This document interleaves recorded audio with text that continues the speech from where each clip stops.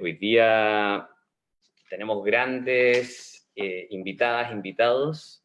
Vamos a hablar sobre educación en el primer capítulo de Diálogos Ciudadanos. Esto es un proyecto ciudadano que se impulsa a través de la nueva plataforma política Unidas por Pucón, que es un pulso ciudadano con una mirada desde la política para reivindicar la política y ofrecer a la ciudadanía una herramienta de participación, una herramienta de discusión, de conversación, y es por eso mismo que lanzamos este nuevo programa que se llama Diálogos Ciudadanos, con la temática de educación, y tenemos profesores y profesoras invitados a este programa. Los voy a ir presentando. Tenemos veo aquí yo en la primera pantalla, Eligio Salamanca. Eligio, ¿cómo estás? ¿Me escuchas?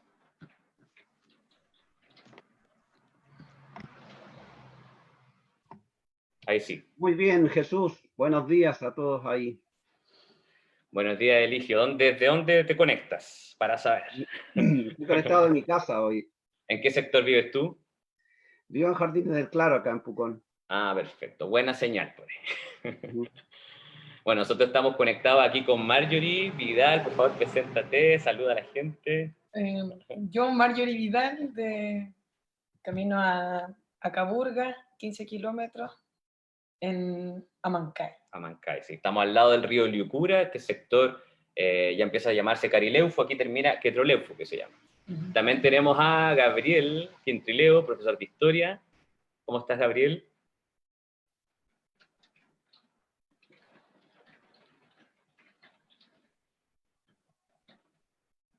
Está un poco lejos. Hola, Gabriel. buenos días a todos y todas. Yo conectándome desde acá del sector de los calabozos. Hola, Gabriel, mucho gusto, gracias por conectarte. Y también tenemos a Ingrid Keupul. ¿Cómo estás? Hola, muy bien. Hola Marjorie, hola Jesús, muy bien, gracias. Estoy desde Los Riscos, vivo yo, a 6 kilómetros de Pucón, hacia adentro en el campo. Buenísimo. Ya, pues démosle con la conversa. La verdad, para mí es un honor tener tanta gente interesante para poder conversar de educación.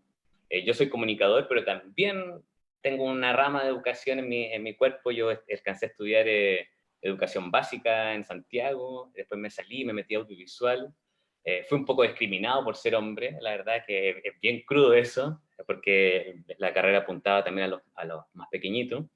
Y también hice un seminario de formación Waldorf, que ahí también me amplió un poco la mente de educación, así que con eso poco que tengo, quisiera como levantar un diálogo con toda la gente que está conectada, también invitar a la gente que nos están viendo por las redes sociales a participar, a poner preguntas, comentarios, lo que ustedes gusten, siempre con el ánimo de ser propositivos, de dialogar, de conversar y de elevar esta conversación en adelante.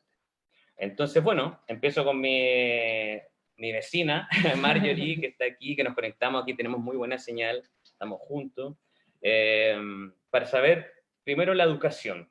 ¿Cómo estamos ahora? ¿Cómo estamos ahora con la pandemia? ¿Cuáles son los desafíos? ¿Cómo lo estamos llevando? Cuéntame tú desde tu experiencia. Bueno, yo, para los que no me conocen, yo soy profesora de Biología y Ciencias Naturales. Estoy trabajando en Pucón ya hace 7 años. Soy profesora en la enseñanza media en este minuto, pero también he hecho clases en enseñanza básica, de un colegio municipal, del Colegio Municipal Científico Humanista de Pucón. Y en este lugar, en estos momentos, la forma de organizarnos y de estar llegando a los estudiantes a través de trabajos parcelados, digamos, estamos trabajando, construyendo guías, y los estudiantes, sus apoderados, tienen que ir a retirar al colegio estos documentos, estas guías, y trabajar en su casa. Eso lo estamos haciendo porque no todos nuestros estudiantes tienen acceso a internet, en las redes sociales, no pueden, tienen pésima señal. Yo de hecho tengo muy mala señal, tengo que hacer muchas peripecias para poder conectarme, pero de alguna manera con los niños más grandes, como soy profesora de media, de tercero y de cuarto, me puedo conectar por WhatsApp y hacemos videollamadas y podemos trabajar ahí más personalizado, digamos. Hemos hecho un Zoom, qué sé yo, pero eso, estamos trabajando desde esa manera. Ahora, no, no es lo ideal, pero es lo que tenemos hasta el minuto. Estamos proponiendo otras cosas y eso también es interesante que lo podamos después discutir. Eligio, ¿cómo la estás llevando tú? Mira, un poco similar a, es un poco similar a Marjorie, en el sentido de que tampoco tenemos con las familias posibilidades de llevar aprendizaje a través de vía online. Estamos prácticamente llevando guías a los propios domicilios. Afortunadamente tenemos poca matrícula, entonces eso nos permite llegar de una forma más directa. Fíjate que creo que a pesar de las dificultades que esto trae, todo o mucha gente se ha dado cuenta, o espero yo que se dé cuenta, que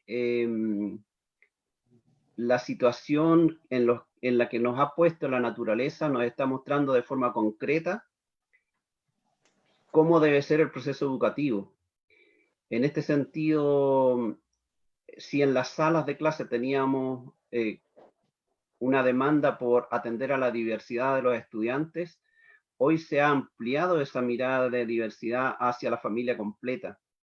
Se ha ampliado entonces en ese sentido la dificultad para los profesores de adecuar la entrega de oportunidades para aprender a las necesidades y a la realidad que tiene cada familia.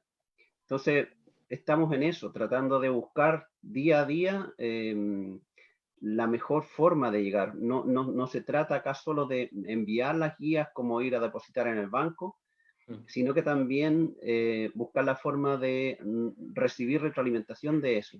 Y ahí hay un desafío que lo dejo como planteado para después, que es cómo cautivar a las familias para que también obtengan el compromiso que nosotros siempre esperábamos, más que nada de los estudiantes. Interesante eso último que también destacas, porque creo que es un tema, es una arista de la educación, el rol de las familias finalmente. Hablemos de eso un poquito más adelante. Quisiera saber las impresiones de Gabriel con respecto a cómo está llevando esto de la pandemia, así un resumen cortito. Bueno, me gustaría, a partir de lo que plantearon los colegas, hablar de una perspectiva un poco más estructural, más que nada preocupado, principalmente por dos cosas. Lo primero es lo que nosotros hace mucho rato se instaló en la narrativa de los y las profesoras, el tema del agobio laboral, y creo que en este contexto eso se ve acrecentado, porque hoy día, digamos, en esta lógica, ¿cierto?, como del teletrabajo, el trabajo remoto, como lo denominemos, el tema del horario se ha desdibujado considerablemente, lo que inevitablemente va a llevar al aumento de niveles de estrés y sobrecarga aún mayor, ¿cierto?, para los trabajadores de la educación. Junto con eso, ahora, desde la perspectiva ya no tanto del profesor o la profesora, sino desde el estudiante, creo que acá lamentablemente nosotros ya éramos parte de un sistema educativo donde bastante desigual, ¿sí?, donde tenemos por un lado los denominados por el Ministerio de Educación colegios de excelencia, como los tipos, ¿cierto?, Liceo Bicentenario, por poner un ejemplo, o los establecimientos pagados, que casi todos son de excelencia, y los colegios, digamos, que más vulnerables, ¿cierto?, sobre todo instalados muy en la periferia de las grandes ciudades.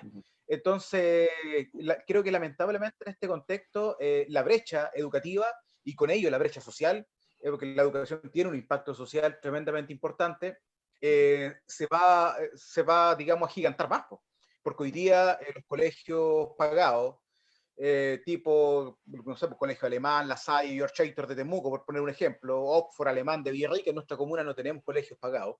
no me cabe duda de que si nosotros, cuando todo esto pase, comencemos a revisar los estudios que se han hecho, que se van a ir haciendo en esta materia, yo creo que sobre el 95% de los estudiantes va a acceder a educación, a clases virtuales, ¿cierto? No a una guía ni a nada, digamos, sino que va a acceder a algo de calidad, a clases virtuales. Ya prácticamente van a haber tenido, digamos, una cobertura curricular similar a la que hubiesen tenido digamos, de forma presencial.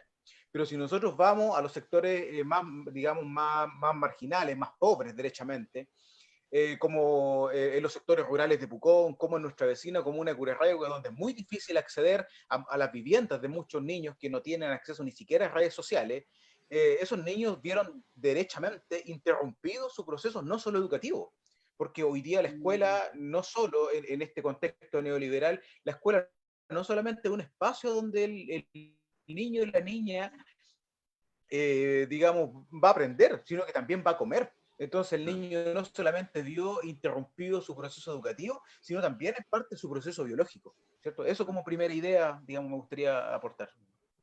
Muy interesante reflexión, Gabriel, te lo agradezco. Quisiera, bueno, hay varios temas también ahí que podemos tocar más adelante, sin duda, con respecto a lo que tú levantas. Quisiera saber sobre Ingrid, ¿cómo lo está llevando?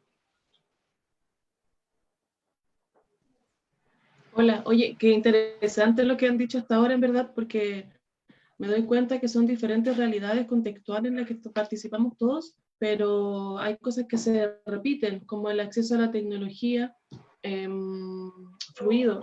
Yo soy parte de ahora, yo soy profe de media, de lenguaje, pero ahora trabajo en básica en un colegio particular, y a pesar de ser parte como de este pequeño grupo privilegiado de niños, que donde el entorno de la escuela es un lugar muy privilegiado, y cada familia tiene también como muchos recursos, por así decirlo, como emocionales para contener y todo, de todo tipo, ha sido súper difícil establecer un diálogo en cuanto con este nuevo medio de comunicación.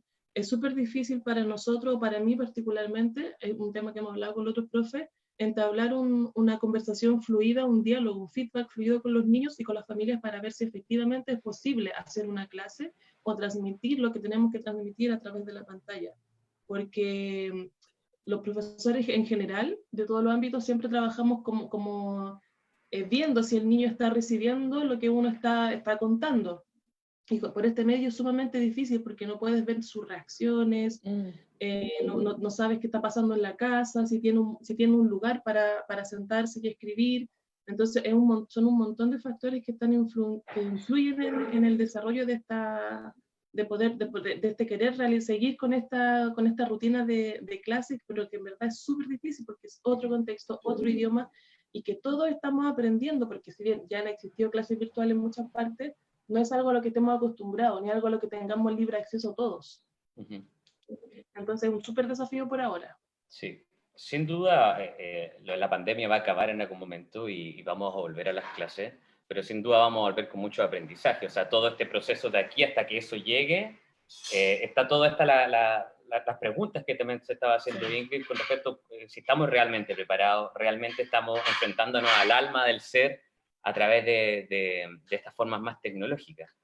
Sin duda uno puede ser creativo, yo creo uno puede ser creativo, buscar formas en las cuales tú logres llegar, pero aquí tú necesitas la alianza con las familias, porque los niños y las niñas están en las casas, ¿cierto? Entonces necesitas quien está supervigilando de cierta forma que la educación continúe, que el rol de la institución entre también en la familia, son papá y mamá, o los apoderados de esta forma que están con los peques. ¿Cuáles son los roles? ¿Cuál es el rol de la familia? Quisiera volver ahora de vuelta, que parta Ingrid. ¿Cuál es el rol de la familia en este caso? ¿Qué tan importante es que la familia, y ojo, quisiera quizás también abrir la conversa un poco más hacia el post-pandemia, ¿cuál es el rol de la familia en la educación que miramos hacia adelante y que ustedes cada uno desde su perspectiva miran hacia adelante? Bueno, personalmente creo que esta situación a algo nos está invitando. Las cosas no pasan porque sí, entiendo que hay muchas cosas que están en juego con la pandemia, mucha gente que no lo está pasando bien, pero aquí hay una situación que nos está invitando a algo. Y en el caso de las familias, yo siento que es tremenda oportunidad para poder observar realmente a cómo ese niño está tomando lo que se le está mostrando. Cada gesto, movimiento, actitud, cómo un niño recepciona una cosa que uno le está mostrando, es un aprendizaje para el que está observando. Entonces, yo lo veo como una oportunidad para la familia, para cualquier adulto que esté cerca de un niño, en verdad, que esté en desarrollo educativo. Y eso depende, como va a depender siempre de cada familia, porque no es fácil, dependiendo, no tiene que ver ni con el cariño, ni con la disposición, ni con todas las virtudes que podáis tener como ser humano o que tengáis en tu casa, sino que tiene que ver con algo sutil de ver cómo está aprendiendo ese niño. Perfecto. Gabriel. Yo espero que desde la familia, si bien es cierto algo que ya se ha venido desarrollando a partir de la última oleada de movilizaciones docentes, pero yo espero que desde la familia haya aún una valoración mayor, ¿cierto?, del rol de los trabajadores y trabajadoras de la educación a partir de este contexto. Sobre todo porque los tiempos que de una u otra forma se vienen, digamos, para el profesor en el mediano o largo plazo no son sencillos. Porque nosotros estamos en un contexto donde hay una desregulación del mercado de carrera educativa y por tanto nosotros tenemos universidades principalmente, ¿cierto?, privadas, que, digamos, titulan a granel, ¿cierto?, profesores y profesoras, digamos, a eso me refiero con la desregulación del mercado. Entonces, muchos profesores, y por otro lado tenemos una natalidad que va a la baja, ¿cierto? Las familias tienen, ya que estamos hablando de las familias, ¿cierto?, ya no tienen 3, 4, 5 niños como antes, ¿cierto? Ahora las familias tienen 1, 1.5, 2, más que eso no. Entonces, ¿a qué quiero llegar? El día de en el mediano o largo plazo, el profesor, ¿cierto? La profesora se va a enfrentar a una cesantía que va a ser mayor que la que ya existe. Entonces, creo que en ese sentido es muy importante ir construyendo, ¿cierto?, una empatía desde la familia hacia el trabajador de la educación, que por lo demás esta coyuntura también no, digamos, no, está afectando desde el sector particular, en el sector particular, sea en su versión pagada o en su versión subvencionada, igual está afectando el empleo, ¿ya? Porque la ley de protección al empleo, o la mal llamada ley de protección al empleo, se está aplicando en muchos colegios pagados, ¿cierto? En la gran ciudad, digamos, hay muchos colegios pagados que se han acogido a esta ley y donde digamos, el sector más vulnerable dentro de lo que son los trabajadores de la educación, que son los asistentes de la educación, muchos de ellos han sido desvinculados, ¿cierto?, de sus labores. Entonces, la cesantía en el mundo de la educación hoy es una realidad. ¿Ya? Porque de pronto, a partir de dichos bastante desafortunados, como los de la alcaldesa Providencia, creo que queda como la imagen de que el profesor en general, ¿cierto?, es un privilegiado en todo este contexto, lo que no es tan así. Ya el trabajador de la educación, no solamente en los establecimientos pagados, sino también en muchos establecimientos subvencionados, muchos asistentes de la educación se les aplicó, ¿cierto?, la ley de protección al empleo, que si bien es cierto, la ley de protección al empleo es una ley, digamos, que en el caso de los establecimientos subvencionados debe ser de mutuo acuerdo, no se puede aplicar unilateralmente, pero nosotros conocemos perfectamente cómo muchas veces operan los sostenedores del mundo subvencionado, donde citan a reuniones parceladas, ¿cierto?, a un trabajador, ¿cierto?, le hacen una especie de encerrona y derechamente lo forzan a firmar un documento con el que no está de acuerdo, pero no le queda otra opción, pues. Entonces, creo que es importante también que en este contexto desde las familias vaya surgiendo una mayor empatía con los trabajadores de la educación, en particular con los asistentes de la educación, y en esa lógica, no puedo no dejar de mencionar, ¿cierto?, lo que está pasando, una vez más, vuelve a ponerse en el tapete la denominada ley miscelánea, que la ley miscelánea, ¿cierto?, de una u otra forma viene a homologar en cuanto a derechos laborales, no salariales, solo laborales, los derechos laborales de la educación de los trabajadores de la educación municipal con los trabajadores de la educación del sector particular subvencionado. Hoy día, ¿cierto?, con fecha de 9 de mayo, hoy día el Tribunal Constitucional, digamos, les dio admisibilidad a un recurso presentado, digamos, por los sostenedores, que nuevamente pone en tapete ya la extensión de derechos de los asistentes de la educación del sector municipal a los asistentes de la educación del sector particular subvencionado. Ya, lo que es algo bastante preocupante, porque de una u otra forma, ya estamos en un contexto, por la pandemia, ya estamos en un contexto cierto de estrés.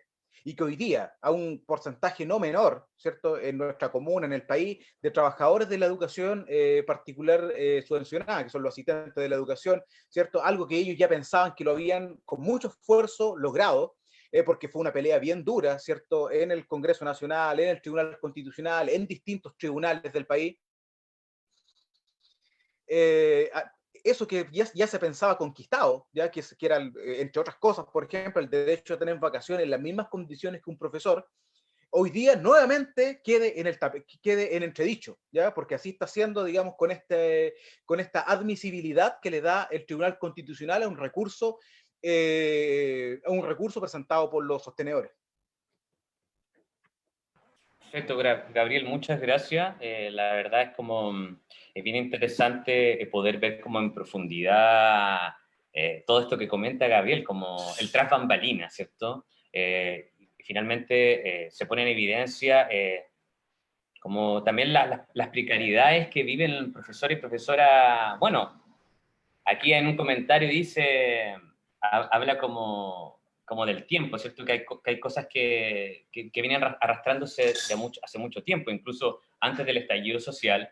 Están las movilizaciones de los profes, pues está la gran movilización de los profes a nivel nacional, que de cierta forma fue la antesala, junto con el movimiento feminista, del estallido. O sea, incluso lo divertido es que fue cuando se desata el estallido, no se pone tanto en voz como las demandas de los profes, ya que ellos incluso habían demostrado de que había que producir un gran cambio. Entonces, yo creo que, no sé si quisieran aportar algo más, Marjorie o Eligio, con respecto al tema de la pregunta anterior, y después pasamos a como del nuevo paradigma y de las luchas, ¿cierto?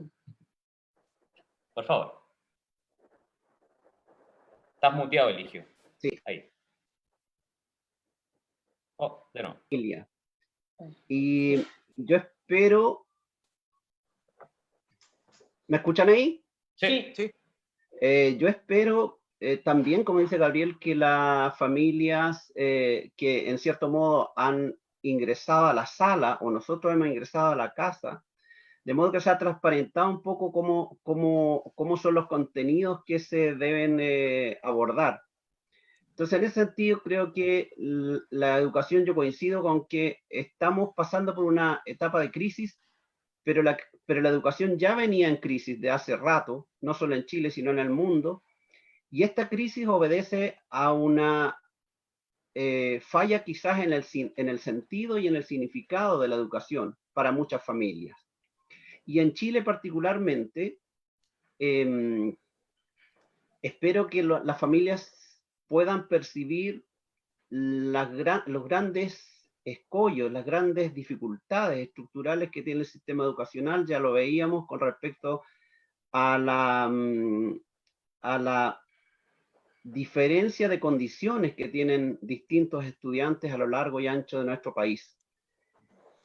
Y podemos preguntarnos qué ocurriría si todos los niños chilenos tuvieran tecnología, tuvieran acceso a Internet. Y por cierto, habría quizá una igualdad de condiciones para acceder a los contenidos, y hay quienes en este sentido confunden quizás que la calidad de la educación es igualdad de condiciones solamente. Y creo que eso va más allá en lo profundo. Creo que la educación debe responder a los requerimientos que tienen las personas en su contexto. Yo valoro mucho el contexto en que ocurren los procesos educativos. No es lo mismo, por ejemplo, para comunidades en que la interculturalidad debe ser muy valorada con respecto a otras comunidades que no tienen ese componente importantísimo, porque finalmente cualquier persona aprende a partir de lo que sabe y de lo que necesita. La necesidad es una potencia para proyectarse y para desarrollar cualquier proceso. Y en este sentido creo que va a ser muy importante que las familias, valorando las condiciones en que ocurre el proceso educativo en la escuela también, todos sabemos este dicho de que la educación parte por casa. Y creo que es la oportunidad hoy de relevar ciertos valores que están como muy perdidos, ciertas visiones respecto al perfil de ser humano que queremos formar, que también están muy perdidos como país. Hay una lucha constante por competir, por explotar la naturaleza y por explotar al máximo los recursos naturales, como que todos debemos tener una condición casi como igualitaria. Y creo que el trasfondo de a lo que nos tiene que llegar la educación es a buscar diseñar primero y desarrollar un proyecto de vida que nos permiten en forma personal sentirnos autorrealizados y finalmente aprender a ser felices.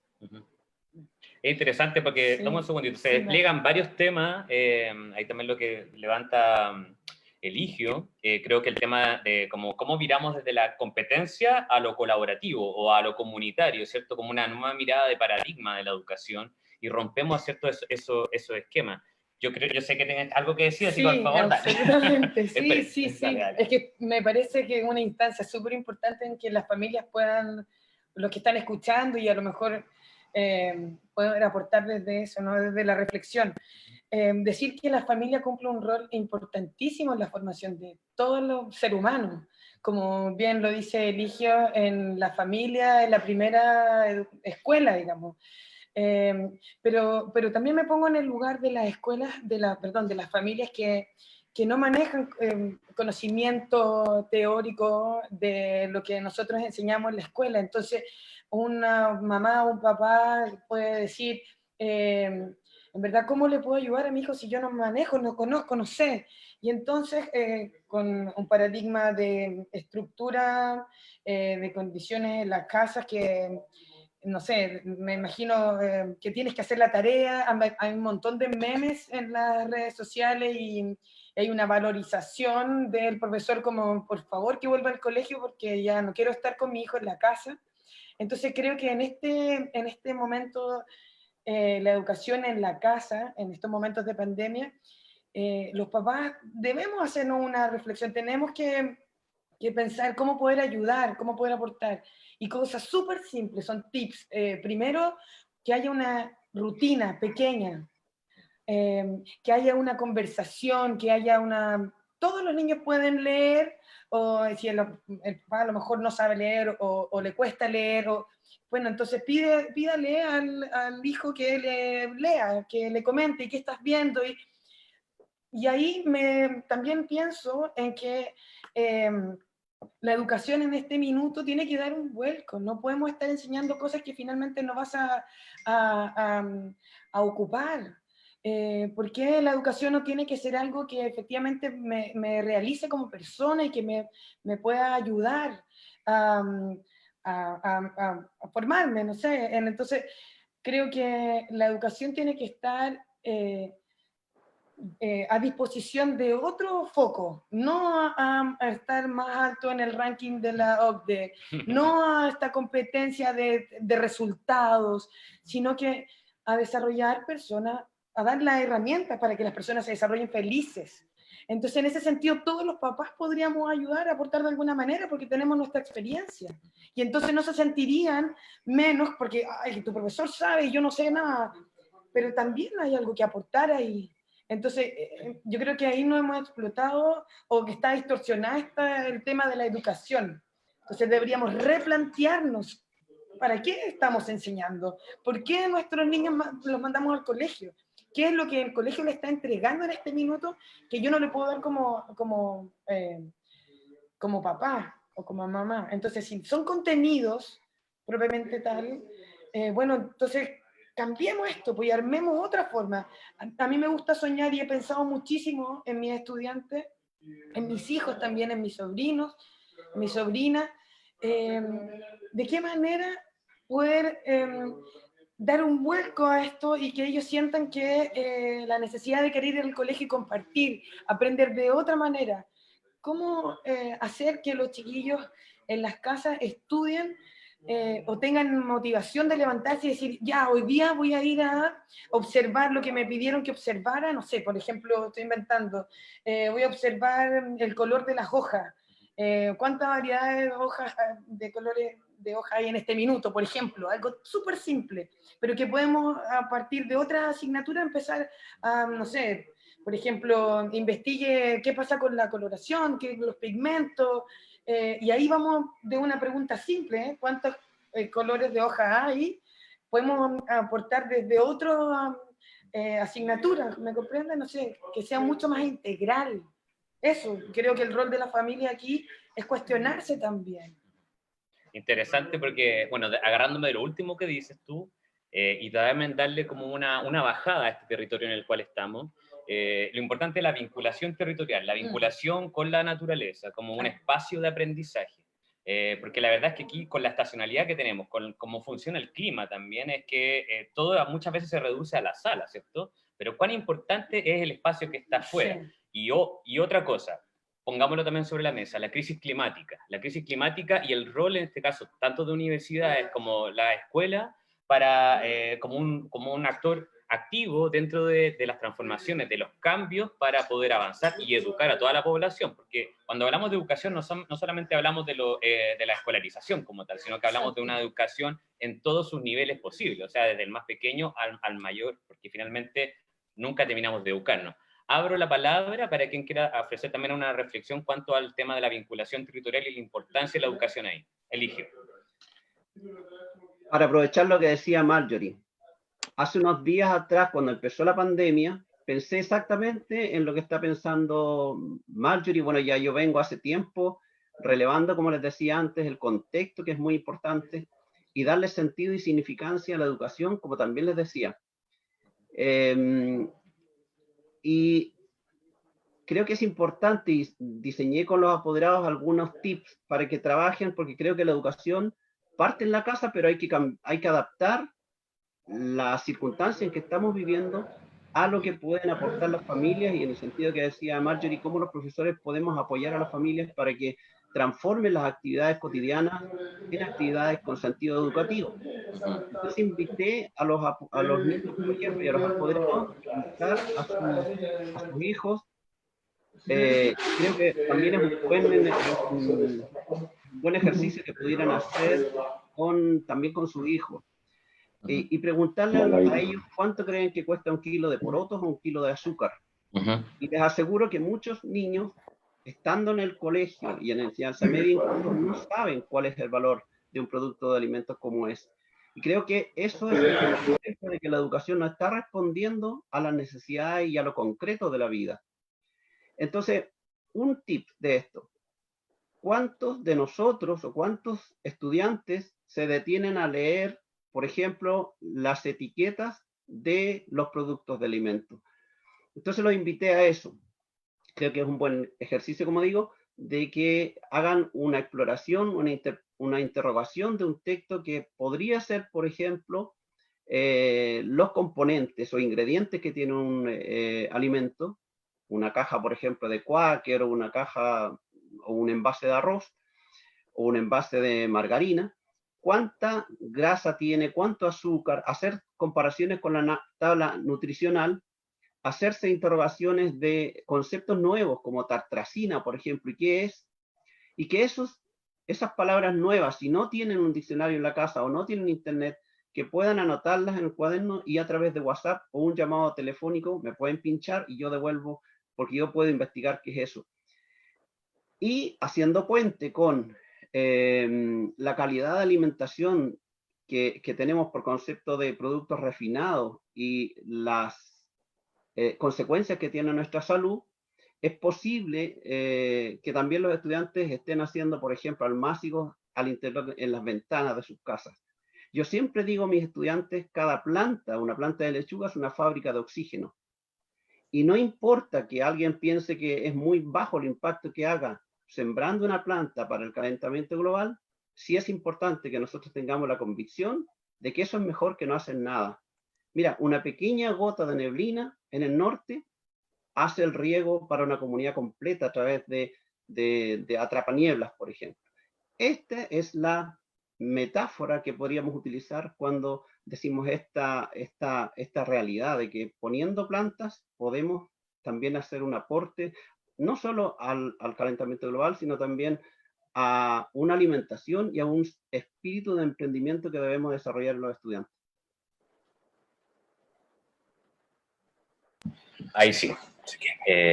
Como tomando también lo que dice Eligio, como lo importante también de la esencia de la semilla, ¿cierto? Como si bien vemos como lo que el estudiante es una semilla, lo importante también de conocer lo que es el proceso de plantar una semilla, verla crecer, preparar esa tierra, alimentar eso es tan esencial y finalmente tiene tanto valor porque tiene un impacto alimentario, tiene un impacto de calidad de vida, ¿cierto? Es interesante ver cómo, de cierta forma, esta situación en la que estamos también nos plantea como el espacio casa, como un lugar también de aprendizaje, ¿cierto? Y en todo lo que se elige, como leer las etiquetas para los más grandes, ¿cierto? Como ver exactamente qué estoy consumiendo. Creo que es una instancia, es una oportunidad también. Yo rescato y pongo en valor lo que decía Gabriel, como la familia hoy también se da cuenta y tiene que revalorizar el rol que tienen los profesores y profesoras en la sociedad. O sea, sin duda, para mí, que mi abuela que llegó a ser directora de un colegio, o sea, yo sé lo importante que es la educación y yo creo que toda la gente lo sabe, pero quizás el Estado o cómo está organizada la Constitución también no lo entiende como tal, sino que lo ve desde otro punto de vista. Bueno, hay muchas cosas que conversar que hemos mencionado, pero no quiero dejar de lado el que hagamos participar a la gente que está escuchando, ¿ya? Entonces, yo voy a lanzar una pregunta y el que quiere se ofrece para responderla. Dice, invito a hacer un análisis, Carolina, dice, invito a hacer un análisis sobre educación diferenciada dentro de las aulas, estudiantes con necesidades educativas. Hablemos de eso. ¿Cómo está la situación hoy? Como los que también trabajan en escuelas municipales o escuelas privadas pueden decirnos cómo se recibe eso, cómo se aplica. Y también quizás considerando lo que hablaba también Eligio, lo intercultural, ¿cierto? Que solamente somos diversidad de seres con diferentes necesidades, ¿cierto? Pero también venimos de diferentes culturas. Entonces, por favor, abro la palabra ahí. ¿Quién quiere contar sobre eso, la educación diferenciada? Por mi parte, Jesús, me gustaría aportar un poco de la macroestructura, porque de la macroestructura educativa me refiero, porque la educación diferencial ya es un tema que viene con muchos problemas, porque hay una discriminación, digamos, salarial con los trabajadores y las trabajadoras de la educación diferencial, con los profesores, por el tema digamos, de la mención que no se les reconoce. Entonces hay una discriminación ahí que tiene que ver no solamente con lo salarial, con lo económico, sino que también inevitablemente le podemos dar tiene mucho del orden patriarcal establecido, porque la gran mayoría, ¿cierto?, de los docentes que trabajan en la educación diferencial, digamos, son mujeres. ¿Ya? La amplia mayoría, son muy pocos los varones que trabajan, digamos, en ese ámbito de la educación.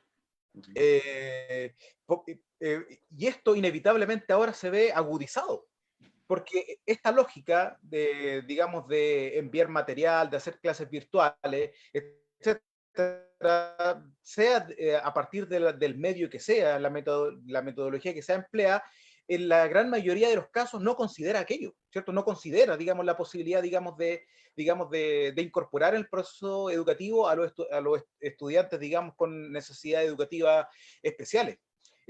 Otro de los elementos, digamos, que podemos agregar digamos, que muestran un poco la falta de preocupación por parte de las políticas públicas del último gobierno en esta materia, tiene relación con los cupos, porque hoy día tenemos un sistema de admisión escolar que es estandarizado, digamos, para todo el sistema subvencionado, sea municipal o sea particular, ¿cierto? Es subvencionado igual. Entonces, en esa lógica, hoy día, pese a que muchos establecimientos funcionan con plata en parte importante, algunos en todo su financiamiento con platas públicas, el establecimiento, si no quiere, digamos, abrir esos cupos digamos, para tener, digamos, 2 estudiantes con necesidades educativas especiales en cada uno de sus cursos, no lo hace, no. Y pese a que el financiamiento de ese establecimiento es con plata de todas y todos los chilenos.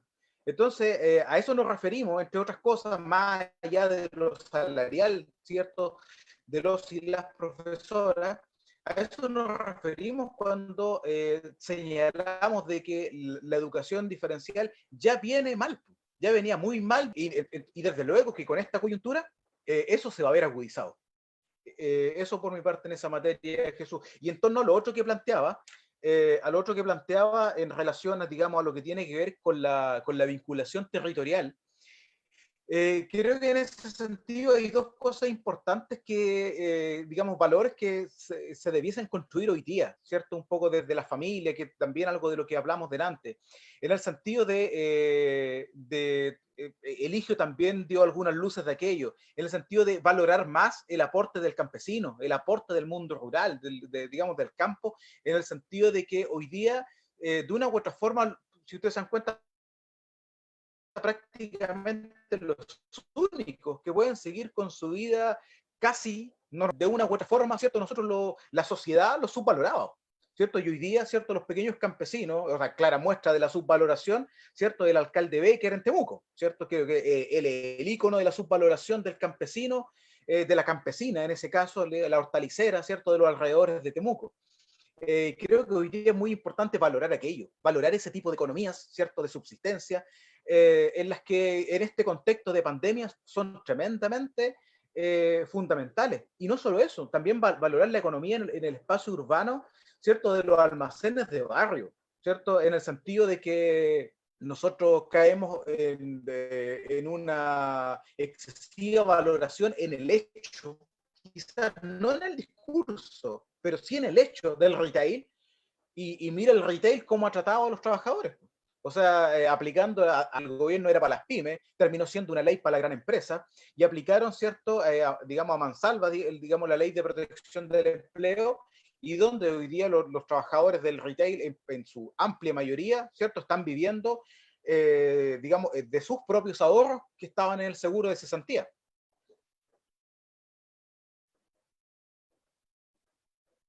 Sin duda es una dura realidad la que expone Gabriel, ¿cierto? Y también, o sea, yo como artista, por ejemplo, también veo ahí, estoy a la deriva, ¿cierto? Como comunicador, y creo que por eso es tan importante como entre nosotros ponernos de acuerdo, como crear una fuerza ciudadana con una postura súper clara. Porque de cierta forma nosotros podemos exigir los cambios y podemos irradiar esos cambios. Por aquí alguien en una pregunta hablaba de educación popular, ¿cierto? Como que quizás ese sea el norte. ¿Qué les llega a ustedes con el tema de educación popular? ¿Cómo levantamos eso?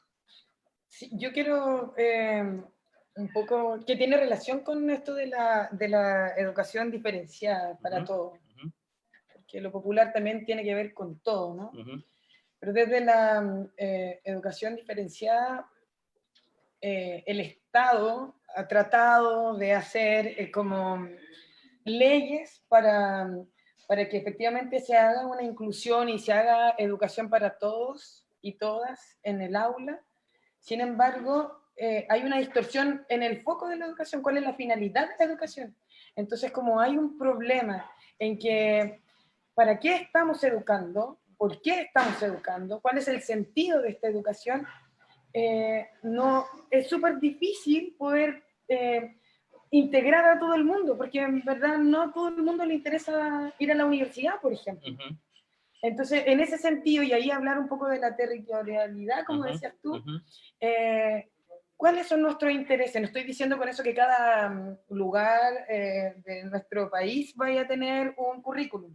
Sin embargo, creo que se podría enriquecer con contenidos y con desarrollo de metodologías propias del lugar. Y ahí se puede levantar ¿cuál es la necesidad? ¿Cómo podemos vincular esta educación popular, esta necesidad de educación para todos y todas? Y ahí vamos a tener inclusión. Entonces, ahí te puedo como comentar estas dos preguntas, con esta respuesta en el fondo. Se debe levantar educación popular. Debemos, los profesores, estar súper conscientes y abiertos de las necesidades de las instancias que tenemos para poder entregar educación de calidad. Y cuando digo esto, estoy abordando también las necesidades propias del lugar. Hoy día, en la pandemia, acabamos, como decía Gabriel y como decía también Eligio, acabamos de darnos cuenta que si no hay comida, tenemos que sustentarnos nosotros mismos. Por lo tanto, la importancia de plantar una lechuga, tú hablabas del mejoramiento no sé, del oxígeno, de la oxigenación, de acuerdo, pero también tiene que ver con la capacidad que tengo yo de generar mi propio alimento. Eso es una educación para todas y todos los niños, incluso los con necesidades educativas especiales pueden hacer eso. Y es vital aprender a sembrar, a plantar. Eso. Sí, sin duda. Oye, aquí hay un comentario muy divertido que dice, en pandemia igual hay CIMSE, para graficar un poco la mirada del Estado. O sea, están totalmente perdidos. Oye, Ingrid, quiero darte la palabra, lo que tú me quieras decir, por supuesto, pero me interesa cómo avanzar, cuál es el nuevo paradigma, hacia dónde podemos mirar. Y también quizás valorar esta instancia importante donde profesores y profesoras de diferentes rincones de este territorio llamado Pucón nos reunimos a dialogar, ¿cierto? Como a contar nuestra experiencia, cómo estamos, cómo podemos avanzar, y quizás esto también es necesario, como no vernos como competencia, ¿cierto? Sino como vernos colegas, compañeros, estamos avanzando como en un mismo fin, enseñando cosas que hacen sentido, porque para allá tenemos que ir, ¿cierto? Ingrid. Claro. Disculpen, es que me perdí un poco el hilo de la conversación porque me caí como 8 veces, pero Sí. Espero que no te haya dolido. Pero alcancé a escuchar varias cosas súper importantes y valiosas. Yo creo que en estos momentos, bueno, ahora en la pandemia, yo creo que más de alguno de nosotros, como profesor o como familia, nos hemos preguntado si realmente los niños están aprendiendo lo que necesitan, o si realmente nosotros estamos enseñando lo que necesitan. En nuestra escuela, parte fundamental es que los niños sepan cómo plantar algunas cosas, cómo plantar cosas, y que entiendan el ciclo, como que todo es cíclico, y también tratamos de vincularnos un poco con el medio lo que más podamos, pero pasa como esta curiosidad de que el ser humano también es súper complejo, y a veces las personas no nos queremos vincular mucho con otro cuando ese otro es un poco extraño. Entonces, yo siento que o diferente a mí, ¿ya? Entonces siento que nuestro rol fundamental como educadores, independiente de dónde vengamos o del lugar donde trabajamos, es efectivamente crear estos diálogos en donde veamos qué es lo que los niños necesitan saber, o necesitan saber hacer, más que saber como de conocimiento cognitivo, así como de tengo que pasarte todo este contenido mínimo obligatorio, si no, tú no vas a pasar de curso. Hay cosas que son mucho más importantes que esas, que tienen que ver con el desarrollo del niño. Yo creo que esa es nuestra súper labor ahora en estos tiempos, que nos ha tocado darnos cuenta cómo tiene sentido que le enseñe ahora tal contenido al niño por la pantalla, o en verdad vamos a hacer lo que experimente poniendo una semilla, aunque no sea tiempo de plantar muchas cosas, pero sí lo de hojas verdes, ya, vamos a plantar una semillita, a ver qué pasa con eso en todas las edades. Y que sea como más lo práctico, porque los niños están en la casa y no tenemos como este otro medio tangible de la escuela. Entonces, tratar de efectivamente llegar a un consenso educativo, independiente de lo que digan las autoridades, que ya vemos que a ver, muchas veces no están muy acertados, tratar de llegar a un consenso los que estamos trabajando en ello, los que estamos siendo parte del proceso educativo. ¿Qué es lo que realmente necesitan saber hacer los niños? Súper. Muchas gracias. Bueno, aquí sigo leyendo los comentarios. Martín dice, lo importante como de la escuela para padres, cuando hablamos al principio de familia, ¿cierto? Padres y madres, ¿cierto? Como lo importante de que ellos en este momento se están dando cuenta de qué es lo que es ser profe un poco, porque obviamente también cada uno está en lo suyo trabajando, teletrabajando, o como suceda, trabajando también presencial, porque es la realidad lamentable. Que finalmente que los padres, madres, tienen un rol sumamente importante aquí, o apoderados, digamos, ¿cierto? Porque las familias no solamente se componen de papá o mamá, sino que también tienen esa diversidad, ¿cierto? ¿Cómo educamos para adelante? ¿Con qué realmente tienen que aprender los peques, los jóvenes? O sea, hemos hablado aquí lo importante de sembrar, ¿cierto? Plantar. ¿Qué otras cosas, qué otras ideas tenemos para que quizás la gente que nos está escuchando diga, bueno, quizás puedo probar esto ahora? Por ejemplo, todos los libros que estaban ahí guardados, quizás hay que empezar a volver a leer también, los que no están leyendo y que están mucho yéndose hacia las pantallas, ¿cierto? Porque en eso también hay un ejercicio de músculo, uno aprende otras cosas, ¿cierto?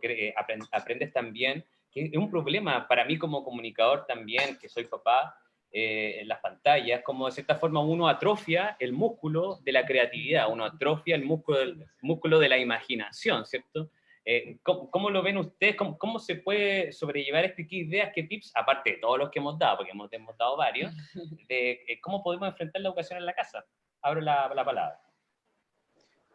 Por mi parte, Jesús, yo creo que es muy importante la reflexión, porque nosotros acá estamos, o debiésemos comprender de que estamos en un tránsito tremendamente importante, a partir de lo que tú planteabas como del nuevo paradigma que debiese estar, ¿cierto? Estamos en un tránsito importante en la lógica de que en el neoliberalismo salvaje en el que hemos vivido, ¿cierto? Desde fines de los 70 hasta la actualidad, que no es un periodo menor, ya estamos hablando de prácticamente de medio siglo.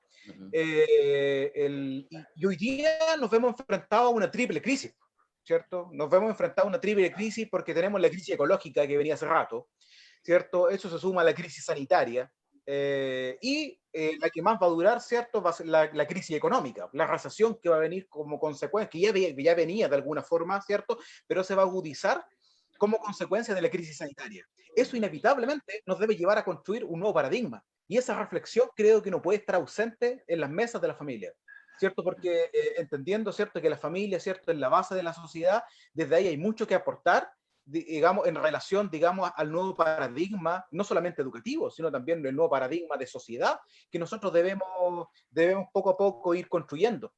Y en ese sentido, y aquí quiero hacer el enlace con la educación popular. Creo que la educación popular permanentemente, digamos, cumple un rol tremendamente importante. ¿En qué sentido? Porque en el contexto neoliberal en el que nosotros hemos vivido el último casi medio siglo, en ese contexto a nosotros de una u otra forma se nos ha inculcado, se nos ha metido a la fuerza un individualismo. Entonces, ese individualismo, ¿cierto?, naturalmente no ha colaborado en nada para que nosotros nos vayamos encontrando colectivamente, porque la educación popular prácticamente por su naturaleza es un encuentro colectivo. Entonces, creo que en ese sentido la educación, en la construcción del nuevo paradigma, no solamente la familia cumple un rol relevante, sino también lo cumple la educación popular. No quiero dejar de, digamos, de hacer un comentario en torno a lo que surgió ahí, en torno al Simpson. ¿Ya? Me paso un poquito a ese tema ahora. ¿Ya?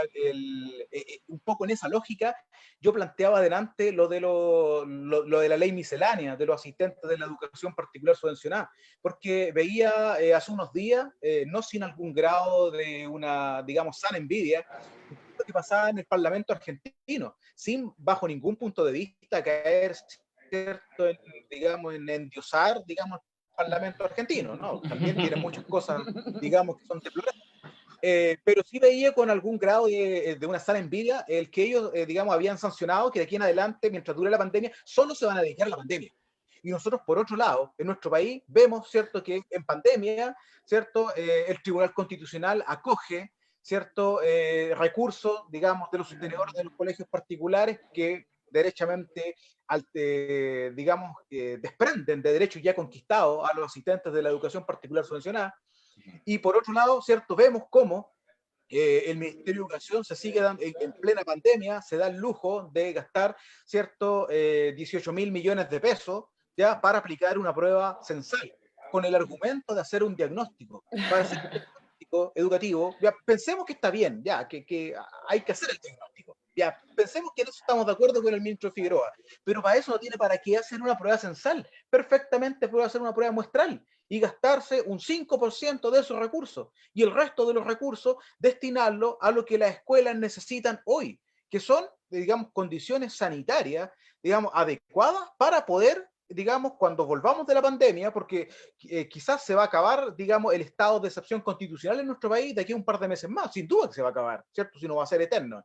Pero cuando se produzca ese retorno a clases, deben existir las condiciones sanitarias para nuestros niños y niñas. ¿Y por qué no gastar esos recursos digamos, en generar esas condiciones sanitarias, partiendo de la base de que a partir del financiamiento que existe hoy día en el sistema educativo subvencionado, sea en su versión municipal o en su versión, digamos, particular, el financiamiento, al ser por asistencia, es un financiamiento, digamos, muy cuestionable desde el punto de vista de que los gastos que tiene un colegio, como salario, internet, luz, agua, son estructurales. No varían de acuerdo a si fueron más niños o menos niños. O sea, la cuenta de internet es la misma, digamos, la planilla de sueldo también es la misma. Entonces, ¿por qué no destinar esos recursos que se van a malgastar en un CIMSE, que ya todos sabemos todo digamos, lo nocivo que tiene el CIMSE? ¿Por qué no gastar esos recursos en generar condiciones sanitarias que nos permitan no lamentar ninguna vida, ¿cierto?, de los niños y niñas que cuando se produzca el retorno a la escuela? Partiendo de la base, ¿cierto? Insisto, de que muchas de las escuelas de nuestro sistema educativo no tienen las condiciones económicas para poder invertir en generar mejores condiciones, digamos, condiciones que garanticen la vida cuando nuestros niños y niñas vuelvan a la escuela. ¿Alguien quiere agregar? ¿Eligio?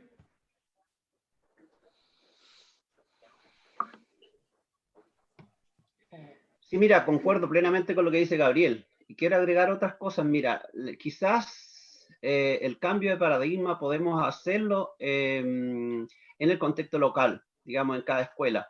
Pero sí eso va a ser casi nada. Es decir, se necesita sí o sí hacer un paradigma a nivel, digamos, central. Y para eso creo que es importante también entender que la educación popular, para enganchar con eso, es que todos en el fondo somos coeducadores. Algunos formales como los profesores, otros no formales como la familia. Y en ese sentido todos tenemos cierta responsabilidad. Creo que es urgente cambiar, para poder cambiar el paradigma en la educación hay que cambiar el modelo de educación que tenemos, que es un modelo circunscrito a lo neoliberal. Y en ese sentido creo que los profesores también somos motores y portavoces de lo que es necesario cambiar. Viene pronto un cambio constitucional que en dicha manera va a permitir hacer un cambio de modelo. Y ahí es que todos debemos participar, las familias también, porque es la única manera de que podamos hacer esa nueva dirección de la educación. Creo que es importante bajar el perfil a la competitividad que se hace entre colegios. El CIMSE mantiene su sentido solo porque es una herramienta para discriminar y poder llevar adelante, digamos, este modelo. Y creo que es importante también aquí recalcar en lo siguiente. Por mucho tiempo se habla de calidad de la educación, asociada a los resultados CIMSE. Y vemos que las personalidades o muchas personas de las que hoy dirigen las políticas públicas han egresado de colegios, entre comillas, de élite en calidad de la educación. Y me tomo de eso, de cuántas faltas hace de incorporar a este componente de calidad de la educación los valores de que hablaba hace un rato atrás. La empatía, la solidaridad, la transparencia o la probidad, el sentido de bien común, la honestidad. Y creo que esos son valores que hacen falta en nuestro sistema educacional. Hace falta en esta situación de pandemia, como se puede vincular a una situación de crisis, la educación de crisis, en estas circunstancias de crisis cuando se tiene que aprender a priorizar lo que hace falta, priorizar acciones. Y ahí me suena también absurdo priorizar el CIMSE en esta situación de crisis donde hay otras cosas mucho más importantes. Priorizar los contenidos que se llevan, priorizar las habilidades que tienen que desarrollar los estudiantes, y tú muy bien lo decías, las habilidades para el siglo XXI tienen que propender a ser desarrolladas, la creatividad, el trabajo en equipo, la solidaridad, las habilidades socioemocionales, En fin, para poder hacer ese cambio, creo que es importante la unidad. Tiene mucho que ver con esto Unidos por Pucón, yo creo que Unidos por Chile. No lo podemos hacer los profesores solamente, no lo pueden hacer, por ejemplo, las autoridades de cualquier corriente política en Chile, ya hemos visto, no la van a hacer. Y por lo tanto creo que la ciudadanía es la que tiene que tomar esta bandera de lucha para poder cambiar no solo el sistema educativo, sino también el sistema económico, el sistema político. Y eso todo tiene que ver, no sé si afortunadamente o no, tiene que ver con educación. Interesante Eso. todo lo que plantea Eligio, la verdad. Y bueno, muchas gracias porque también nos inspira para seguir trabajando en este proyecto de Unidos por Pucón. Vamos a tener más programas temáticos, que el próximo va a ser sobre salud. Y también queremos levantar como voces también que hablan de diferentes puntos de vista en temas que son sumamente importantes, como también la vivienda, ¿cierto? Como también el comercio. Creo que hay muchas ideas centrales que también son un poco lo que hablaba Eligio, que es como la esencia de la educación, de la nueva educación finalmente, que también tiene que ver con ética, tiene que ver con valores.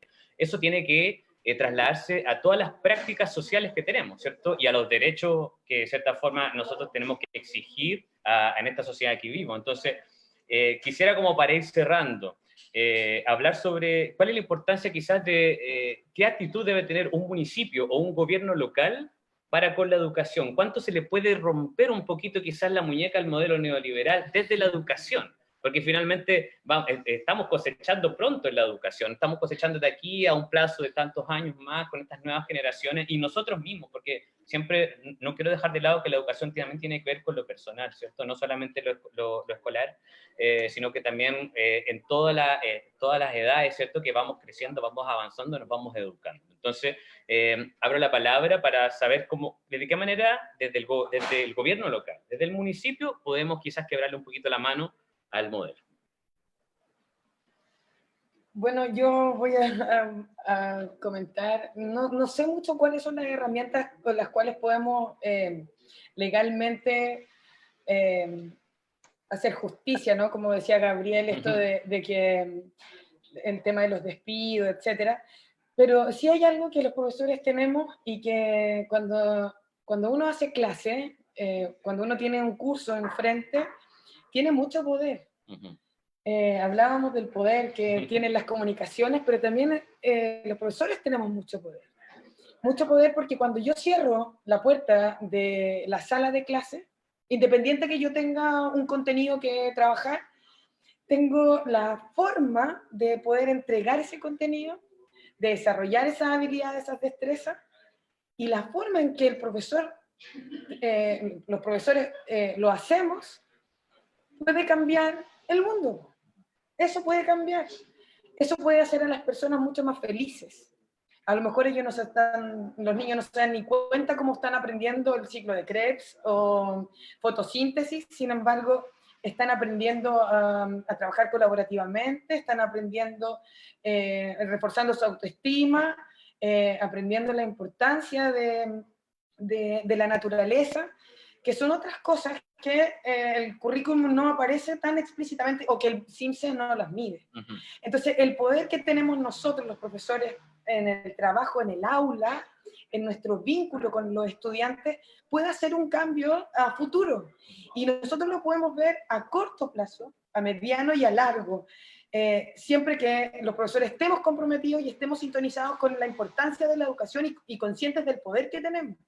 Entonces, yo creo que de alguna manera los profesores sí hemos hecho un cambio en esta educación y por eso también ha pasado todo esto, volviendo a que en un principio, recordemos que las protestas del año pasado o las manifestaciones fueron en junio y fueron a partir de los profesores.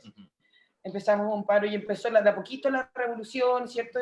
Y entonces, claro, no sé cómo poder hacer un cambio drástico ahora ya, pero sí creo que podemos hacer cambios como de a poquito, paso a paso, como un trabajo de hormiga, ¿no?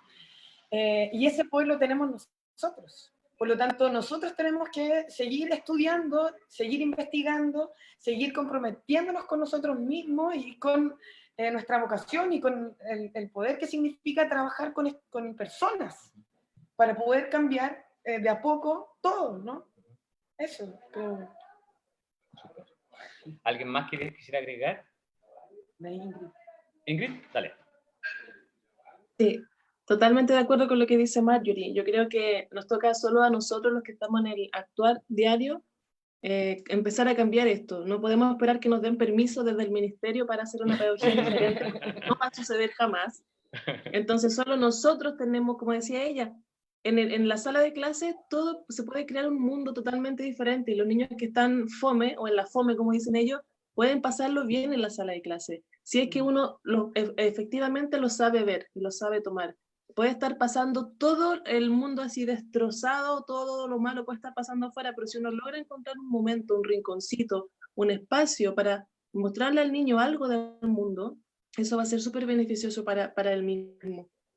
Paradójicamente siento que con esta pandemia lo que nos toca es vernos y ver efectivamente, no nos podemos tocar, no nos podemos ver, pero efectivamente nos va a tocar vernos en el sentido de qué está pasando con el otro, qué está pasando con mis colegas, qué está pasando con los niños que están a mi cargo en el colegio, qué está pasando con otros establecimientos educacionales, qué está pasando con esta movilización crítica de la educación, porque van a ser el CIMSE. Vamos a ver a quién le van a echar la culpa cuando el CIMSE salga malo. O sea, ¿va a ser culpa de quién? ¿De los profes de nuevo? Como tenemos que estar súper despiertos los profesores y para trabajar esto, para trabajar el vernos, el considerarnos, porque solo nosotros mismos desde nuestra individualidad, tomándolo desde el lado positivo, no desde lo negativo de yo me salvo solo, desde nuestra individualidad tomar la decisión de trabajar con el otro, trabajar con el que tengo más cerca, con los niños que tengo a mi cargo. Y solo nosotros los profes en la sala de clases podemos hacer eso, con plena libertad y con, por supuesto, respeto del otro que está frente. Marichi huevo. Súper. Gabriel, agregue, compañero. Sí, mira, a partir de lo que planteas, de un poco de qué se puede hacer, ¿cierto?, desde el gobierno local en torno a situaciones como la que estamos viviendo, mucho. O sea, acá, si lo vemos desde la educación pública, en nuestra región, creo que desde estamos en una coyuntura muy compleja para los trabajadores de la educación en el mundo público, entendiendo que los dos grandes polos del mundo público en nuestra región, por un lado, son Costa Araucanía, ¿cierto? Carahue, Imperial, Tolten, Teodoro Schmidt, etcétera, todas las comunas costeras, ya que hay una agencia educativa, hay una agencia local, y por otro lado, Temuco, donde hoy día, ¿cierto?, es una realidad que los profesores, que los trabajadores de la educación están viviendo, el profesor en particular en Temuco, que por ejemplo a la hora SEP no se le están pagando estos meses de pandemia, por tanto su salario lo está viendo mermado.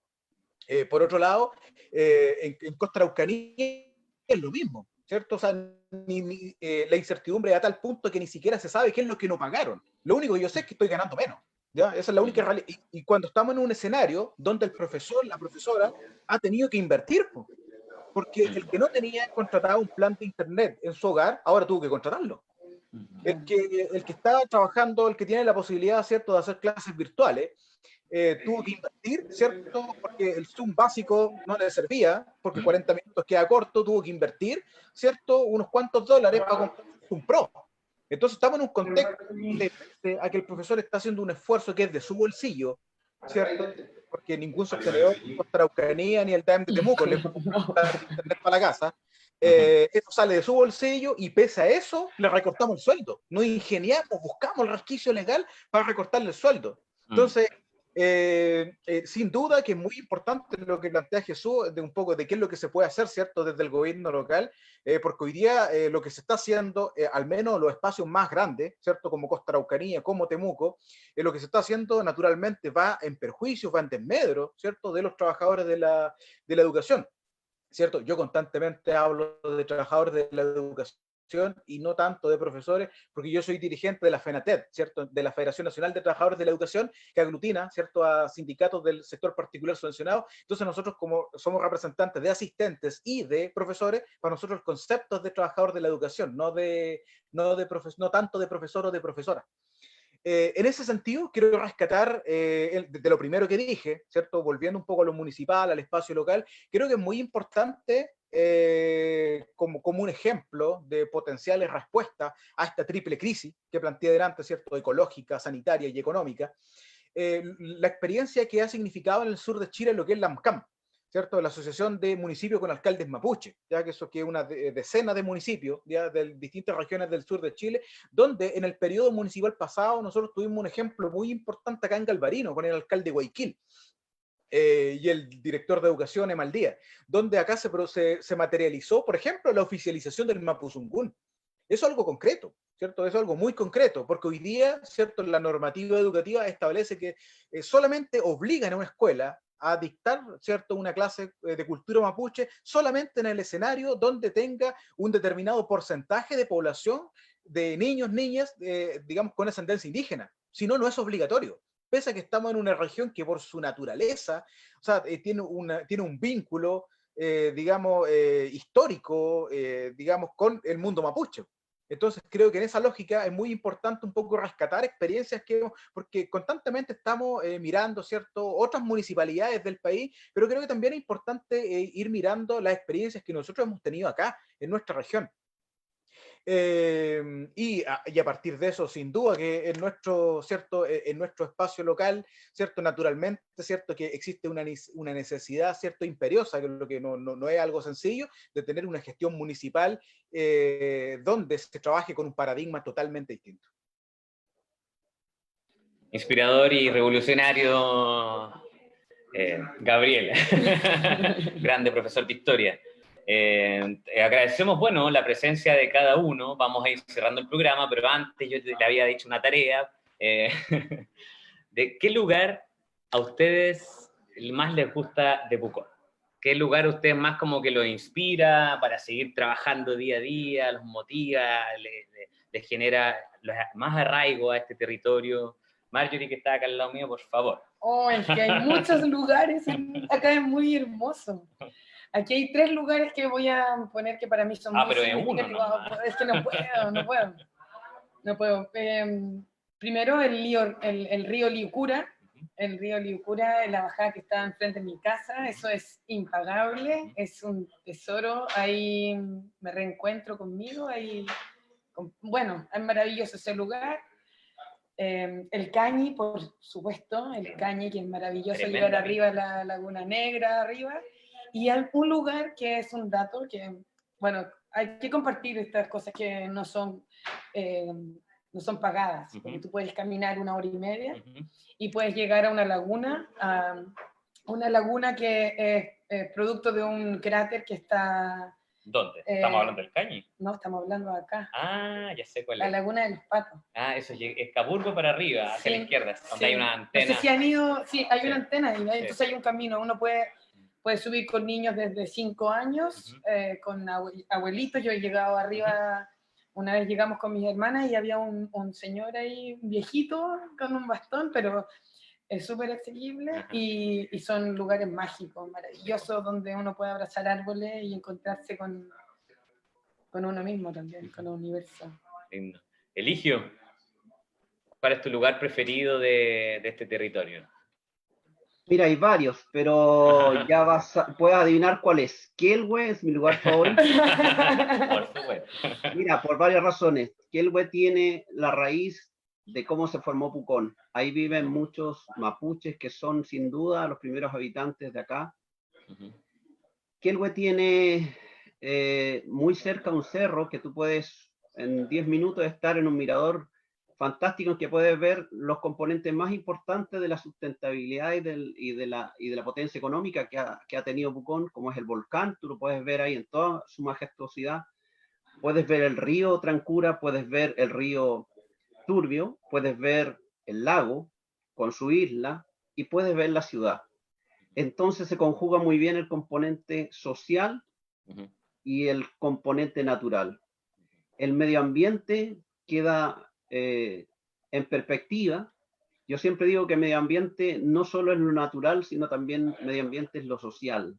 Medio ambiente es la persona que está al lado tuyo, también tienes que cuidarlo, así como cuidas de no contaminarlo, de no contaminar la naturaleza, digamos, natural, las plantas, los animales. También es importante cuidar al compañero que está al lado y lo que ha construido el compañero que está al lado, que es lo social.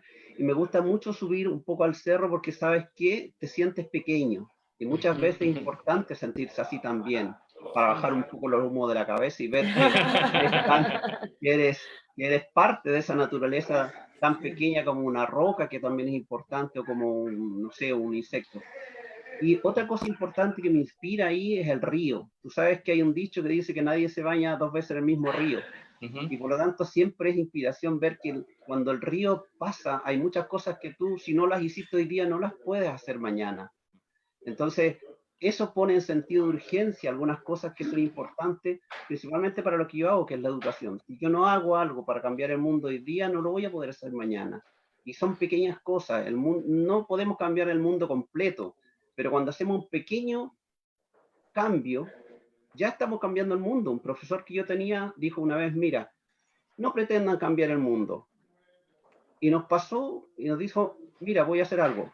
Encendió un fósforo y dijo, ¿ustedes creen que con esto cambió el mundo? Claro que cambió el mundo, porque la energía que había antes de encenderlo ya no es la misma de ahora. Y aunque sea pequeño, sí, con eso se puede cambiar el mundo, digamos, paso a paso. Grande, Ligio. Aplausos. Como dijo Maña, bueno, ya. Grande, ¿no? Me encantó la reflexión. Que falta Gabriel y Ingrid. ¿Cuáles son sus lugares favoritos de Pucón? ¿Qué les inspira a estar ahí? Y vamos cerrando también la conversación. Bueno, para mí, coincido ahí con la compañera, el Cañi, sin duda. Visión que transforma. Creo que podrían haber muchos, pero creo que ya que estamos en una conversa educativa, ¿cierto? Creo que el Cañi ahí se enmarca muy bien en eso. Yo en lo personal, ¿cierto? Mi colega, amigo que por ahí está escuchando, parece Marcelo Castro, en distintos momentos realizábamos lo que nosotros denominábamos los campamentos psicoeducativos ahí en el refugio del Cañi, con nuestros estudiantes. Qué trabajamos buena. ahí en los tiempos cuando Marcelo trabajaba de orientador. Así que es un cerro, es un lugar que asocia mucho a la educación.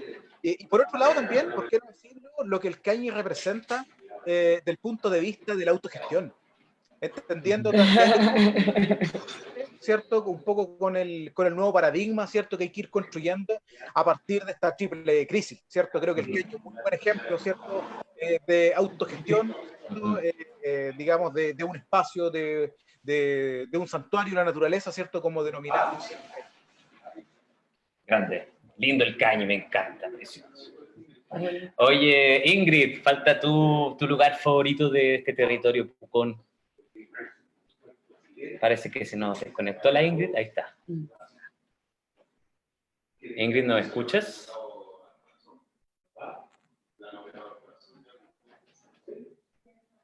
Y bueno, voy a pasar un dato importante. Estamos haciendo a través de la página de Unión por Pucón de Facebook un sondeo de liderazgos.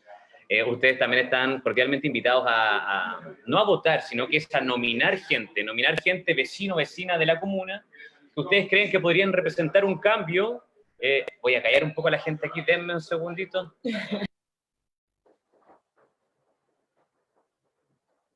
Ahí sí, ¿me escuchan? Ya. Ay, ¿dónde estaba? Me fui. Estás invitando a ya, el sondeo, ya, perfecto. Sondeo de liderazgo, entonces domina a tu vecino o tu vecina que tú piensas que puede representar las transformaciones que necesitamos como comuna, ¿ya? Concejalía, alcaldía y constituyente, porque vamos por el plebiscito, vamos a aprobar convención constitucional. Eso yo creo que está claro. Entonces, Ingrid, ¿nos escuchas? Sí. Ahora sí, ¿tu lugar favorito de Pucón?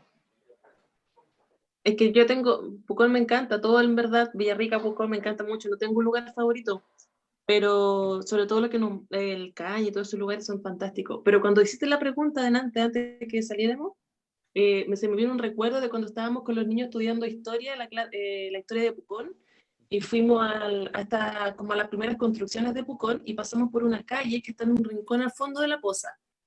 Entonces hay una callecita ahí donde está el Hotel Guden, no me acuerdo cómo se llama. Gudenschwager. Sí. Gudenschwager, eso. En ese rinconcito se nota como lo antiguo de Pucón, no sé si han ido para allá, pero hay unas casas súper antiguas, unos árboles antiguísimos, unos boldos gigantes, y cuando termináis de salir de esa calle hay un eucalipto gigante, así, pero del porte, así, pero enorme. Y ese rinconcito me trae tan buenos recuerdos como, porque iba con mi curso, en verdad, que yo amo mi curso, número 1 de mi curso. Entonces fue un paseo tan bonito y un lugar como que si te paráis ahí, es como si pudierais ver todo lo, Pucón no es tan viejo, pero puse como si pudiera ver todo, es como esta historia de Pucón, porque es súper diferente, ese rincón al resto de Pucón es súper diferente. Me acordé de ese lugar, pero en verdad me gusta todo. Todo el día así mirando los árboles, sobre todo los lugares donde no hay construcciones, los lugares naturales, es alucinante. Sí, sin duda, Pucón, bueno, yo llevo 7 años viviendo acá, es un lugar hermoso, de una belleza escénica, natural, conserva todavía lo nativo y tiene toda esta historia que también habla Ingrid. Tenemos que cuidar nuestra comuna, esto es una invitación para todo el mundo a participar, a sumarse, estamos levantando un proyecto que finalmente es empoderémonos como ciudadanía, ¿cierto?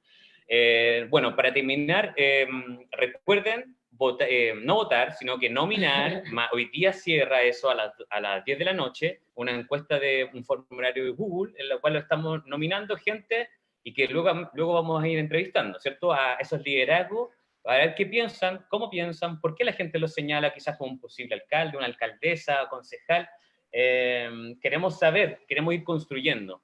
Obviamente nosotros queremos levantar algo que es una pirámide invertida, lo que siempre se ha planteado como desde la política, sino que se construye desde los territorios, desde las temáticas, y vamos construyendo un gran proyecto popular, un gran proyecto ciudadano, que luego, más adelante, vamos a ir ofreciendo quizás más respuestas también, pero primero estamos en este encuentro de encontrarnos, ¿cierto? Y de levantar una fuerza también política, de actitud política, porque no podemos desentendernos de ella, porque de lo que estamos hablando, de lo que hemos conversado hoy, también se trata de eso, se trata de política. Así que, bueno, agradecerle a Eligio, a Gabriela, a Ingrid, a Marjorie por conectarse, a Jorge que está ahí en los teclados calladito, haber apoyado también esta instancia, de haberse sumado, invitadísimos para un próximo encuentro de diálogo ciudadano. Tenemos que hacer una parte 2, están invitadísimos ustedes, sea para un programa de educación, o donde ustedes, porque sin duda tienen mucho que decir.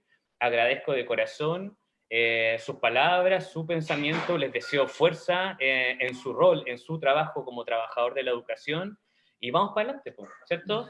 Así que, marichi huevo. Nos conectamos prontamente. Recuerden, mañana El Pueblo Decide, también a las 11 de la mañana.